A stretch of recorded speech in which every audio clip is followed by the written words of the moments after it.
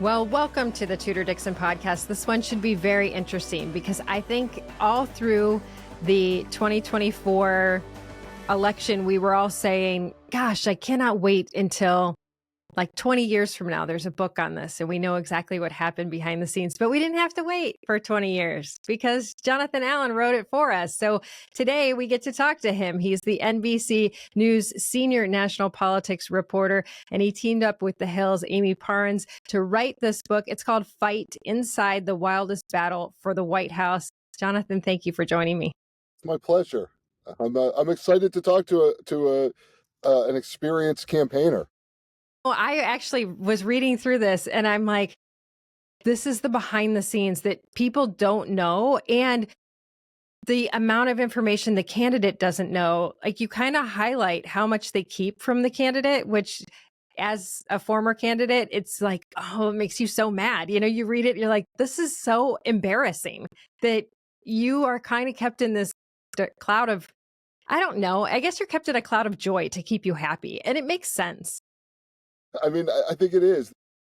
It's a joy bubble. The idea is to make the candidate comfortable, and for the staff to make as many decisions as possible without the candidate and around the candidate. I mean, it's really like managing somebody, managing up from Yes. the campaign manager and others. And um, I think that there are certain politicians and certainly those who have become more experienced who sometimes say to themselves, you know what, it is better for me to have a more hands-on role in managing my own campaign because I now understand what it is that they're keeping from me and what it is I'm not being told, what it is I should be being told, what it is that, we should be doing that we're not doing. And I think actually, look, to your point, and I'm glad you brought it up, no one has before, you really get a sense of how much a candidate is in a cocoon. And depending on the candidate, some are more so and some less so.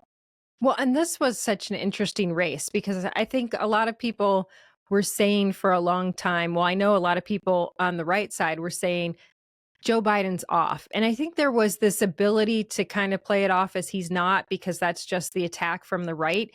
And maybe even at the beginning, it was pushed a little bit more than he was. But if you look at the recordings of him in 2019 to 23 to 24, there's a striking difference. And you start to highlight that behind the scenes, there's a bit of a crack in the facade. Yeah, absolutely. And, the thing is, I think even in 2020, when he ran, it was clear he'd lost something off his fastball. For those of us who covered him in Congress or during the vice presidency, this was a guy that was a chatterbox. You couldn't get him to shut up, who would talk to reporters about anything. And then suddenly, he's being hidden, effectively in 2020. In a pandemic, because of the pandemic, there were some reasons, you weren't going to have big events with big crowds. But at the same time, I think his team used that as an excuse to not talk to the press much. And so you could see that there was some slippage there, but it wasn't necessarily an acuity thing. Maybe a little bit.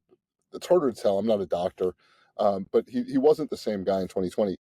But there's a progression. People get older, and if they are suffering from a loss of acuity, that gets more acute over time. And we didn't see him. So that made us even more skeptical. Even once he becomes president, he doesn't hold press conferences. He doesn't take questions. And then there was the weird, like he starts to take questions, but he's calling out specific reporters, which just felt odd.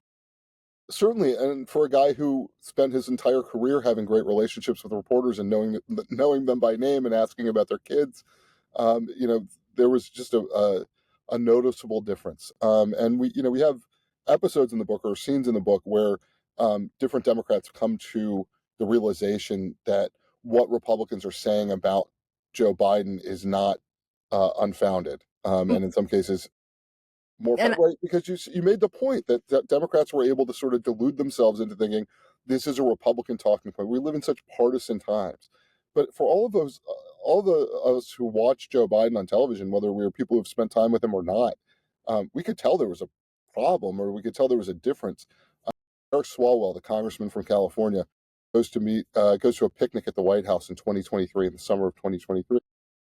He had run against Joe Biden in the 2020 primary.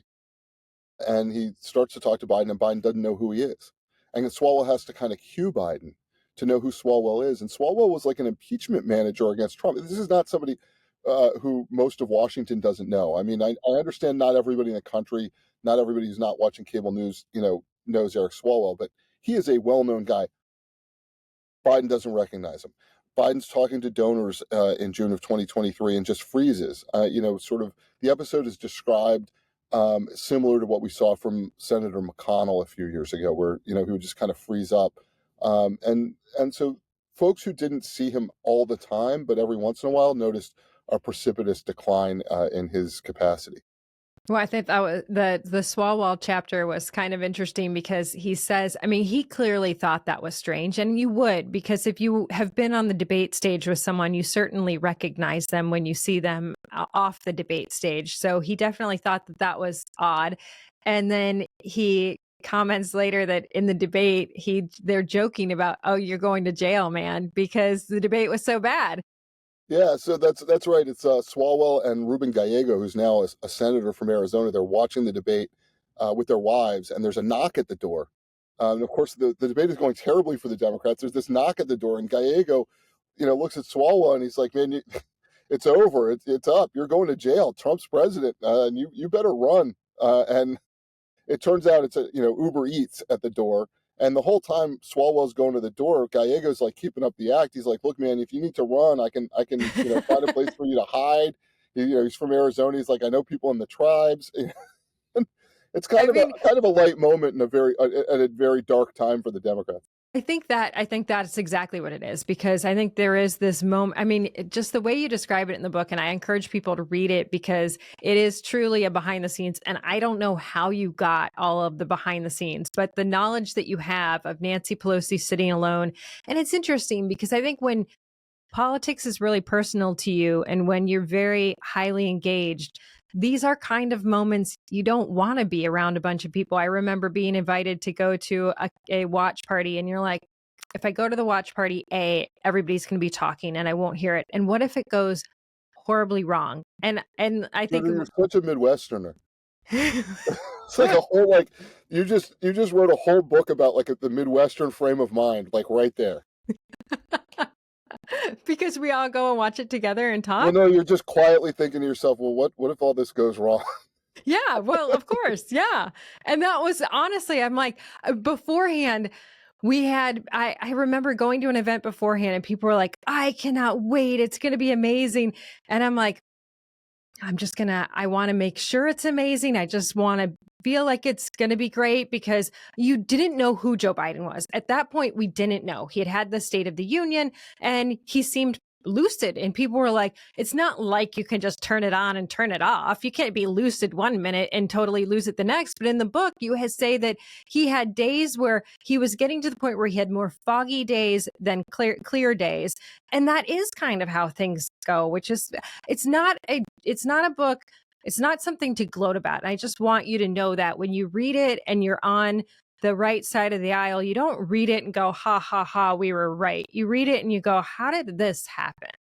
It's sad on a human level, right? I mean, anyone aging, anyone who's having struggles with their acuity. And, in the case of Joe Biden, somebody who, spent a career in public service and has now subjected himself to the biggest spotlight in the world and has the worst moment that anyone has seen from him or anybody else in a presidential debate, with that bright spotlight on him. That's sad. Is that this was the leader of the free world, so clearly bereft of coherent thought, even for a moment, right? Even if that was the worst moment, I think a large number of Americans thought to themselves, the president of the United States cannot have any moments like that. Yeah, we have no leader. I mean, that's how it was scary. It was frightening. It should have been frightening. And if you weren't frightened by it, that I think that's an indication of the degree to which you're a partisan supporter of Joe Biden. And that's not to disparage people who are partisan supporters of candidates, but you'd have to be that to have that level of delusion and not be concerned by what you saw in the leader of the free world, the person with his finger on the nuclear button. Well, and people who I would have thought would be like, you know what, he had a bad night and we're going to rally around, didn't. And it's the phone tree that ensues after the debate that you write about is quite enlightening to have Nancy Pelosi and everybody suddenly texting, "Who? What are we going to do? This is it. He's done." And I don't think that they fully at that point, and you correct me if I'm wrong, grasp that they're going to pull him. They're going to put someone else. They're kind of free falling. Like, what just happened? What did we just see? I think it's a spectrum, and one of the things we tried to do with the book is show that spectrum of reaction. Some people are, the Biden campaign is like, it's just a bad night, and everybody else is like, cut the crap. It's not just a bad night, but they have different levels of how much worse it was than a bad night. I think Pelosi immediately realized that this was probably fatal for the Biden campaign. The question of how to get Biden out and who would replace him is something that she wrestled with over the course of the next 3.5 weeks, as the Democratic Party did. But she instantly, her instinct, according to somebody who talked to her at the time, was she was worried that there would be such a bum rush to get Biden out that night. And remember, she's getting text messages and phone calls from donors, from members of Congress, from other political leaders, and she's realizing how alarmed they are. And she's like, he's going to get such a bum rush that we're going to end up with Kamala Harris, and never stop or pause to think about whether that's a good decision. And so I think she tried to manage that process as best as she could, tried to keep her fingerprints off of it for a while, and at some point it became impossible for her to keep her fingerprints off of it because none of the other Democrats would have, basically had the courage to push Biden out. But the weird thing to me is there does seem to be, there's this undertone of it can't be Harris. Throughout that period, there's a lot of people who are panicked about it. And then there's kind of the discussion of how Whitmer had been the choice, the second choice. Now, it's interesting because from Michigan, we had been told Whitmer was the first choice and that her staff had actually started looking at real estate down there. And then at the last minute, that was kind of like pulled, hey, no. And that race discussion came into play. He said it would be a Black woman. It has to be a Black woman. You can't be the candidate. And yet when it comes down, which I think is sort of an interesting identity politics issue, because when it comes down to we need a new candidate, it seems like the majority of people are jumping toward Whitmer, but they get pulled. No, it has to be Harris. Yeah, I don't know if it's the majority of people. What's fascinating from the Michigan perspective, and maybe this isn't surprising, on the night of the debate, Hillary Scalton from Michigan, the congresswoman, is in a group chat with a bunch of Democratic women members of Congress, and she texts, "Whitmer for president." Like, Biden's like still in Atlanta. The debate has just gone on, and she's like, "Whitmer for president," and and then somebody else on the chain echoes that. And then some women from the Congressional Black Caucus start pushing back. And they're not pushing back saying, hey, Joe's our guy. They're saying, over our dead body, is Kamala Harris going to get skipped over? So to the question of like how early were some of the people looking at this as the end of Joe Biden, it was certainly long before he dropped out. Whitmer was scarred from that first experience. She really didn't like the political infighting that went on. She felt like she had been depicted poorly along racial lines in the battle with Harris, the sort of shadow battle to become Joe Biden's vice presidential pick. And it's something she didn't really invite. She felt like she walked out of that weaker and having been accused of things that she wasn't, that she didn't really feel were fair in order to make her look bad. And we all know politics. I mean, politicians will use whatever they can for whatever reason. Yeah, I'm not going to shed a lot of tears over that, but that's personal. But she felt that it harmed her to the point that she called Kamala Harris a couple days after the debate and said, "I'm not going to run for president under any." Yeah, I thought that was interesting, that conversation, and that's never been reported before. First time in our book. Yeah, and I was impressed with that. It was hey, I'm not even trying. This is not, don't feel like I'm trying to encroach on your lane right now. I'm not trying to do this. Don't send your dogs after me. Right, basically. And, the Harris people, at least some people related to Harris, I got to be careful with my sourcing here, openly admitted that they did some political dirty tricks on Whitmer back in back in the 2020 days. It was not a false perception that Whitmer had that Kamala Harris's team would do everything they could to undermine her if they felt like she was a problem. So she made the call and said, like, basically, if she's not going to run for president under any circumstances, why take the pain of somebody thinking you are and trying to take you out? And eventually she does want to. So she was not wanting to ruin her reputation by any means. I mean, I think everybody here kind of has seen the trajectory of her political career, and she's smart. She knows what she's doing. She doesn't want that ruined. She wants to have an opportunity in the future. So I give her credit as a politician for doing that. She saw the future and she said, I'm not going to let this wreck it. But still, not everybody else in the party was on board with Harris. And even Obama wasn't really on board with Harris. He wanted an open primary. Yeah, that's right. We report in this book on sort of all the behind the scenes conversations, Obama and Biden, Obama and Pelosi. They had a couple conversations about what to do about Biden, Biden and Pelosi, as he's trying to stay in and she's trying to destabilize him. And Pelosi didn't want Harris. Obama didn't want Harris. Biden wanted Biden, certainly more than Harris, and did some things over the course of that process and afterward that were really harmful to Harris. And so he ends up he endorses her, but he obviously didn't want her to be the Democratic nominee. He wanted to be the Democratic nominee. And the problem for the Democrats was a lot of them at the very high level looked at Kamala Harris and said, she's not the best candidate. We can do better than her.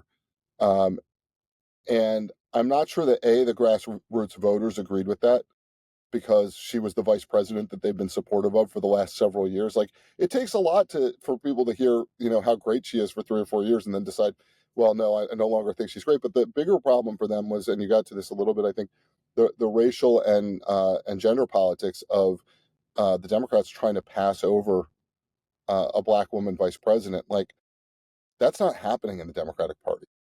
Like, the writing was on the wall. There is no world in which that happens in the Right. Democratic Party without them sacrificing the next 3 or 4 elections, because the fear would be you'd have an open war over it, and ultimately, black voters would be angry about it. Not all black voters would be angry about it. I don't mean to, suggest a monolith, but the party influencers would be pretty pissed for a long time. Stick around for more with Jonathan Allen, but first I want to tell you about my partners at Preborn.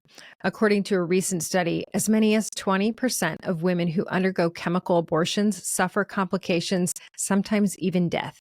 And did you know that the Biden administration loosened restrictions by not requiring the NIH to report injuries caused by the abortion pill?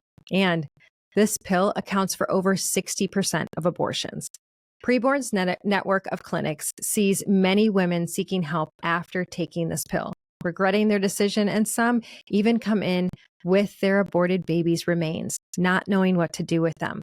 Preborn welcomes these women with open arms and offers them life-saving help, including the abortion pill reversal treatment if it's not too late. When you sponsor an ultrasound for a woman in crisis, you are empowering women with real choices.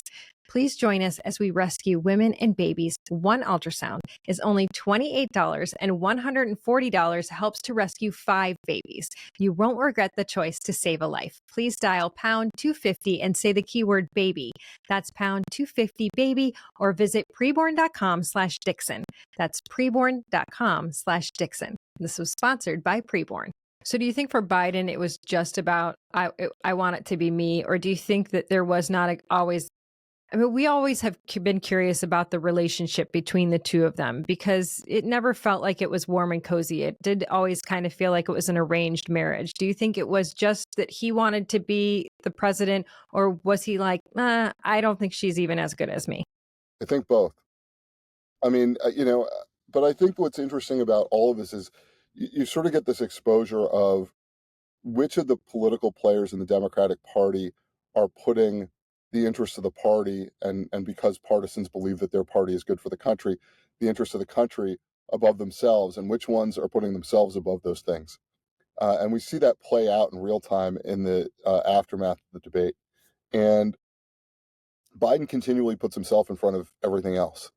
And, maybe that's, maybe people who become president of the United States are A, that, and B, good at hiding that they're that. I mean, I think there's something to that, perhaps Biden was that way all along, but better at hiding it than some. I don't, President Trump doesn't even try to hide it. He's like, I'm out for me, but out for me is good for you, and so accept the out for me. And I think that's one of the reasons people find him authentic, is that he's not trying to cover up, he has a self-interest, and he will pursue the self-interest, and he believes that self-interest is in line with the interest of the public. But traditionally, you kind of try to hide that if you have it.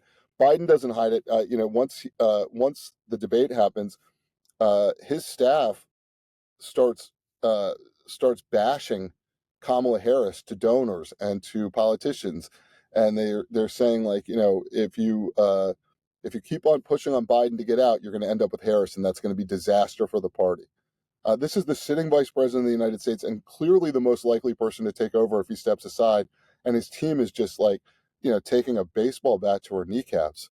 To be honest, that seems very crazy, because I think as Americans, we've always sort of felt like the vice president and the president were a team, and you certainly don't want them against each other. And so that was surprising. But then they all come together. It's Kamala. We talked about that weird feeling of you're kept in the dark as the candidate. That was also very shocking to me, that she was overwhelmingly surprised that she lost. But if you take yourself, it's hard, because I lived the campaign as well. Very similar. Right. Story. So I feel like I maybe I read that differently. And I think that she's having these rallies, and I'm watching on TV, and I'm like, if I'm her, I think this too. I've got Beyonce, I've got Oprah. These rallies are huge. There's so many people coming. Everywhere I go, people love me. It's like there's so much energy. It's so hyped. I've got Barack Obama behind me. The entire party is behind me. I'm the person. And the polls on TV, the national polls that we're seeing have it very close. The one, like, chink in the armor is that you see Alyssa Slotkin start running ads with Donald Trump. And then other Senate candidates start running ads with Donald Trump. And it's like, there's this time when here in Michigan, we go, are they not releasing really bad numbers? Because why is Alyssa Slotkin putting Trump in her ads? This is very weird.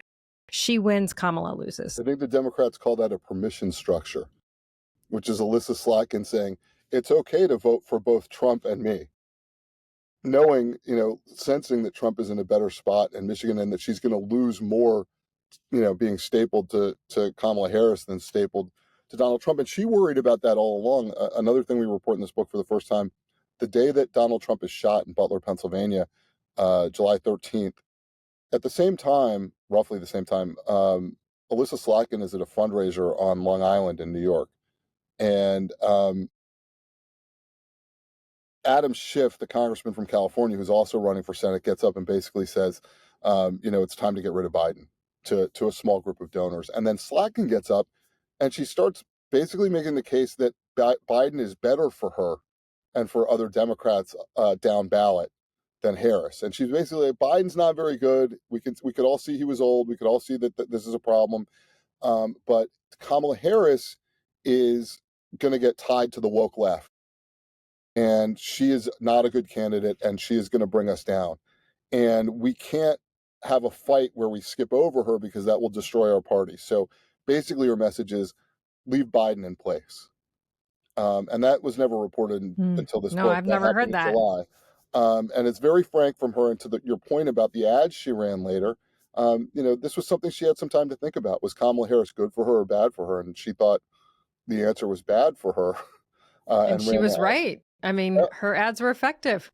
Tudor, I want to say something, just because you mentioned the surprise that she has that Kamala Harris has on election night, and we go into real detail about the last hours of the campaign and what she's hearing from her aides and advisors, and even take you into the living quarters of the vice president's residence. When she finds out that she's lost and can't really compute it, can't really figure out what happened here, because I saw the crowds, I saw the love. My team told me that I was in good position to win. My senior advisor, David Plouffe, told the country we were going to win all 7 swing states, and here I've lost. Kind of what the F happened. I don't know if I'm allowed to curse on your podcast, but she's kind of like, what the F happened? And like, she was gaslit too. She felt that way. And the reason that I bring this up is not so much about the gaslighting, but it's because of something that you said. You started to talk about that a little bit. Um, if you read this book, you will get to know these characters in ways that I think, well, on the Democratic side and on the Republican side, in ways that I think really reflect humanity, both strength and weakness. And sometimes it's the same trait that's a strength and a weakness, in a way that you normally don't see in politicians. And so, what I would say for readers is, I think it's illuminating in that way, not just the fresh scoops of news and things you didn't hear about during the election, but I really think there's an interesting set of character studies here. And I thought it was fascinating for you to bring up having that feeling yourself, campaigning, because there are so many commonalities between all of us as human beings. And, I mean, I'm not in a party, but I watch a lot of people in parties, and I sometimes think to myself, the two of them are so much alike that they hate each other. Not the two parties, but two people I'll look at and I'll be like, these people hate each other, but really they have so many similar human experiences. And I think the book gets into some of that character study well. Actually, that is one of the things that I loved about it, because when you're reading it, you are saying, gosh, these are figures that like I said, when you take us into Nancy Pelosi's living room, these are figures that I've watched for years and sometimes decades. And, I'm not on the same side of the aisle as Nancy Pelosi, but I certainly can respect what she's done in life. And I can respect the power that she has wielded and the way she has wielded it. And sometimes a lot of times I don't agree with her or what she does, but I respect the way she's been able to get things done. But then I'm in her living room and I'm watching her in my mind's eye through the book, in a vulnerable position, which we all have experienced, but this is something that she's vulnerable, and it affects all of our lives, and I see Susie Wiles in this book, and you talk about her, and when she has that realization, if they can't get him through lawfare, then maybe they kill him, and she's upset, and that is the Susie that I know. The Susie that I know is she will fight to the end for you, but you become like family. The people around her become like family. And there's a reason she has so many loyal and competent people around her, and it's that, right? I mean, so, she has this premonition, this scary premonition, that they may try, that somebody may try to take a shot at Trump, and she's tearing up. And here's somebody, you always see the pictures of her, the sunglasses and I'm sure it's a perfectly modestly and appropriately paid for haircut, but perfectly bobbed hair and everything. And she has like kind of an iconic look within Republican politics, and you never think of her as somebody who's gonna melt or be soft. And here she is thinking about the possibility, thinking about all the things Donald Trump has gone through, and then thinking, what else can happen to this man? And then it, kind of strikes her, and she just, tears up and starts crying in a little kitchenette in Trump Tower with just one other aide that's with her at the time. And, she turned out to be right that somebody took a shot at President Trump. I think it can be easy to conflate political opposition with lunatics, and I think in this case, it seems to be a lunatic. But but the idea that Donald Trump had to go through more to win re-election than any candidate that we've ever seen, that's true.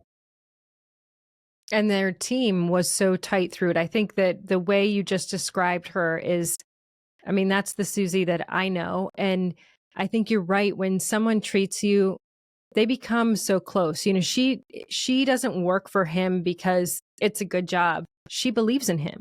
She cares about him. She cares about everybody on that staff, like you would not believe.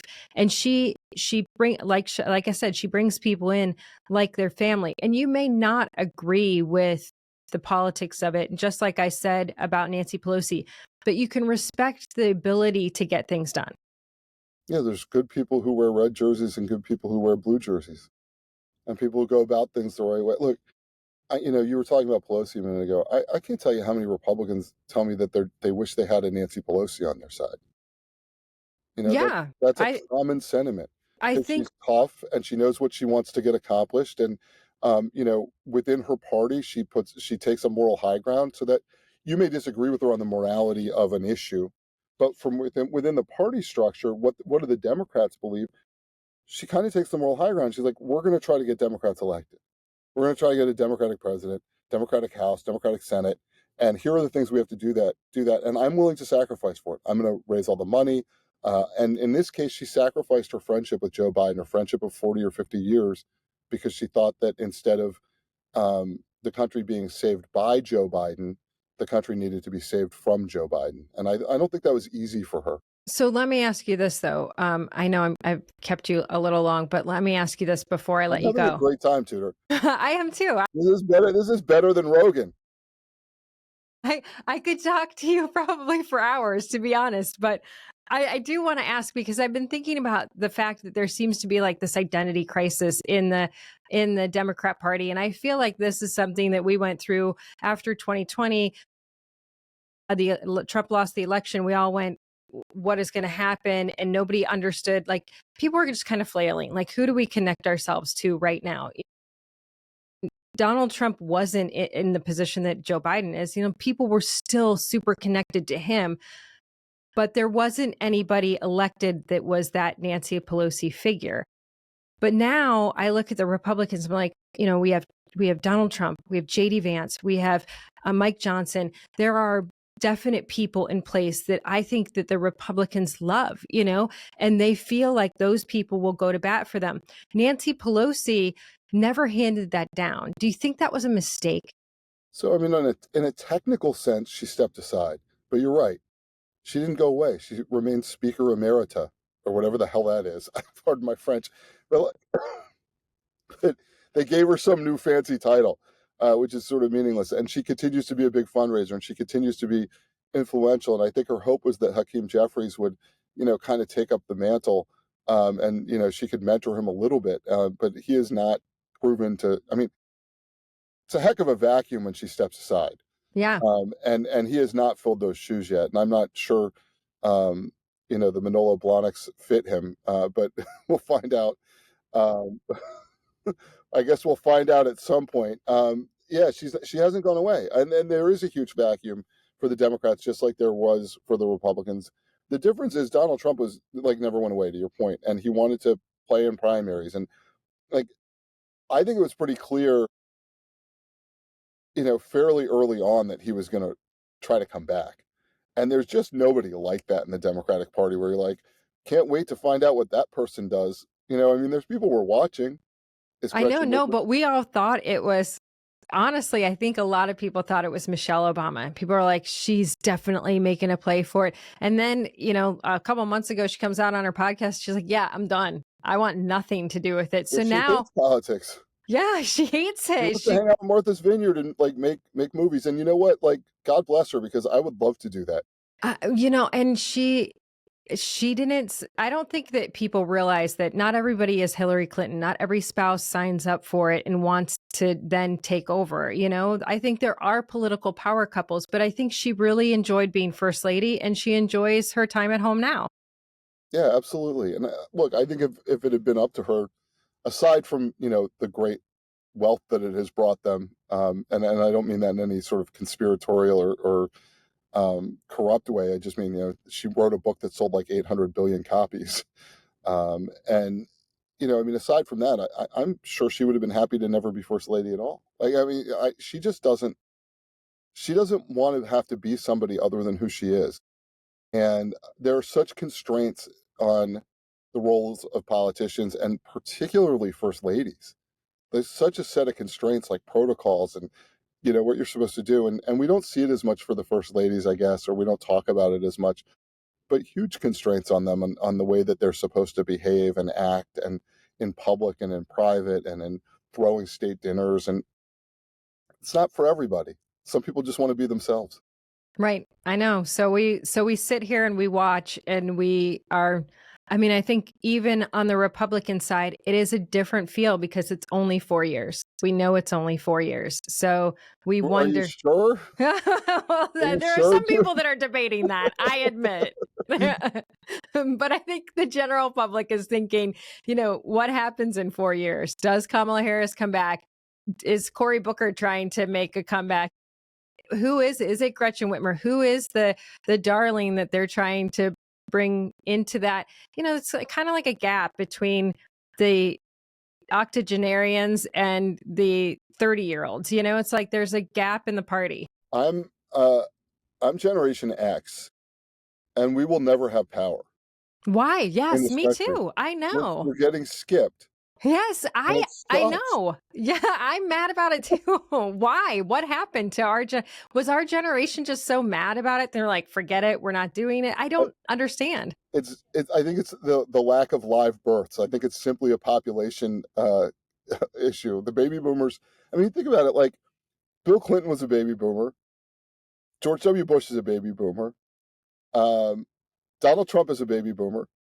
Joe Biden was older than the baby boomers, but in the same range. And Donald Trump again is the baby boomers are never going to give up power. I know. And I'm when still they do, afraid it's of gonna my skip own us. mother, so they did it well. Like, why is that? Why can't we break through? And I feel like maybe I'm just, selfish, but I think our generation is pretty down to earth. I agree. I mean, We're the baby better than boomers, just their Facebook posts alone should scare you. I mean, first of all, they're on Facebook. And then you've got, like, after us, it's like the millennials, and it's like, are you still sleeping on your parents' couch? Yes. Right? Yes. And my kids are a little younger than that. I have hope for their generation, but not because of any evidence. Same. I think it's just because they're our kids. And so we Right. have hope because we want them to move out eventually. That's why. Right. Yeah. Just please. I hope that someday. I mean, look, I want mine to grow up and make it to be 18 years old in my house and then go to school and have wonderful lives. But at some point, I definitely want them to move out of the house, and it would be closer to that 18 mark than, say, that like 28 or 38. Yes. Well, I will say that one of my daughters, she's an 8th grader this year, and she My had son's an 8th grader. So we have like the same life. So they did this thing where 2 kids were candidates for president, and she came to the office and she was like, so I have to do a campaign video. And we're like, you've come to the right place. So she does her campaign video. And then the next day they do their videos, they do their little speech. And she comes back to the office, and one of the guys in the office goes, so what happened? And she's like, I won. And he said, well, how many votes did you get? She goes, I got the votes. And he was like, but how many? She's like, I got all the votes. We were like, oh, trouble. This is trouble. She rigged it. I'm like, yeah, maybe. Yeah. I'm like, what did you do? Were there any illegal maneuverings? Did you bring candy to school? I don't know. Did you pay a consultant to make her video? She is, I should make her pay me with cleaning the house. That's the deal. Like, we made your video. Now you do the work around the house, but somehow she gets out of everything. She is like, She is genuinely charming. So I will give her that. She could be a politician one day. If you can get your 8th grader to clean the house, you can please come visit me and get my 8th grader to clean the house. Yeah. Well, when he is running for president, is it a girl or a boy? I got an 8th grade boy and a 6th grade girl. So when your son is running for class president, then we will work out a deal. I'll help with the video. We'll get him cleaning that house. That sounds fantastic. I love it. Well, it has been a joy to talk to you. Thank you so much for coming on the podcast. You too. Take care. Yeah. So Jonathan Allen, wait, you gotta plug the book. Tell Please. him where to get it. You get the book. It's called Fight: Inside the Wildest Battle for the White House. You can get it anywhere you buy books: Amazon, Bookshop.org, Barnes and Noble, Target, or my favorite place, a bookstore, because I put out a book during the pandemic, and I never got to see the book on a shelf in a store, and it was like the saddest thing. That is sad. And never get to see it. So please buy Fight. Please read Fight, and I'm easy to reach on Twitter. So I'm at John Allen DC. Tell me what you think of it, whether you like it, whether you hate it, or anywhere in between.